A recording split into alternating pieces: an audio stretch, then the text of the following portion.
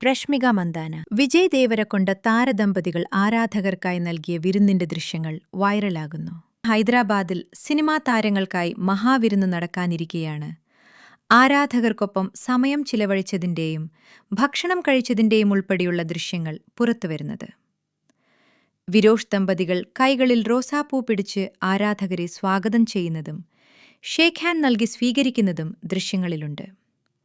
രശ്മിക ആരാധകരുടെ ടീഷർട്ടിൽ ഓട്ടോഗ്രാഫ് നൽകുന്നതും പിന്നാലെ അതിഥികൾക്കായി ഭക്ഷണം വിളമ്പിക്കൊടുക്കുന്ന ചിത്രങ്ങളും ദൃശ്യങ്ങളും സോഷ്യൽ മീഡിയയിൽ പ്രചരിക്കുകയാണ്.